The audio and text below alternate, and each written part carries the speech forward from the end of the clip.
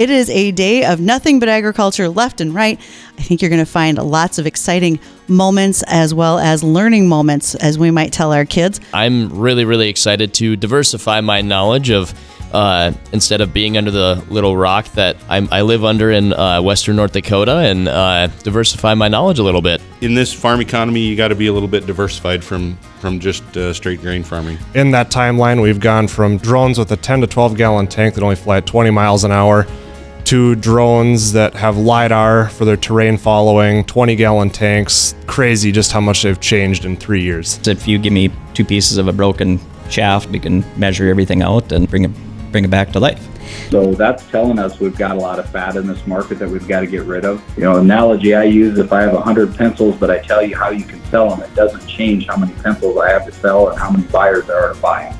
They repeal the deaf machines, pennies on the dollar. I'm sorry, nobody wants to hear that, but it's the truth. I'm not going to lie to you. Yeah, it is all about the inputs today. And so making sure that we're being as efficient as we possibly can be with all of our inputs, I think, is top of mind. You pretty much have a plan. You know what your fertilizers, you know what you bought. How much of that is really in flux? I still think the maximum yield that an acre and the conditions will give you will be the highest economic return. I've been in this industry a long time. Sherry taught me a lot of things that I know when I was an intern. Don't share it all because there's things that you shouldn't have learned that early. But I've always said, as a female coming into this, and this is years ago when I can count on one hand how many of us were that active in the industry, that it maybe took a little longer to get people's trust, especially farmers, especially the older farmer. But once you got that trust, they knew you were out for them. Mm-hmm. As a woman in the industry, I will remember deadlines, dates, questions. I will get things done for you.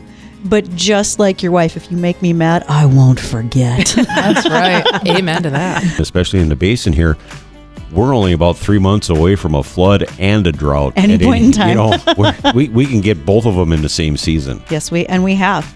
If your succession plan is just a mess inside your head, you are not leaving a legacy, you're leaving a funeral for your life's work. But many people who do have assets, everybody needs a revocable living trust, okay?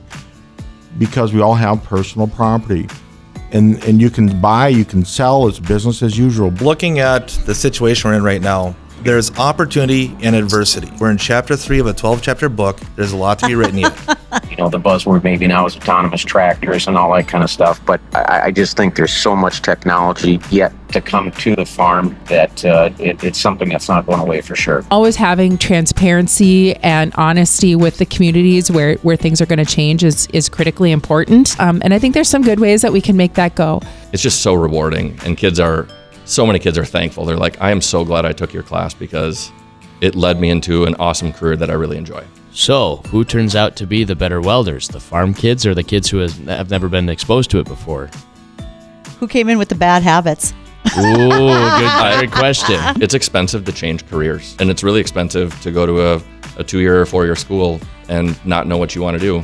Figuring that stuff out in high school, even middle school, is important. It's been a great day. Thank you for being a part of the WDAY Radio Farm Show. We have covered so many topics today. One that I always make sure to highlight when I am speaking to groups as well is talking about the rural mental health crisis that we face with farms. Know that farmers are 3.5 times more likely to die by suicide than the general population. And with the farm situation as stressful as it has been as of late, I think that's my message to people, is to make sure to check on their neighbors. When you ask someone how they're doing, make sure that you are listening, and you're listening to hear what they have to say, because it's such a bad situation. And we have to make sure that we tell the truth to our doctors, and no matter if we farm or anybody else. I mean, Dawson and I have definitely had fun. We'd love to be back again just for the regular show or the craziness of the farm show again.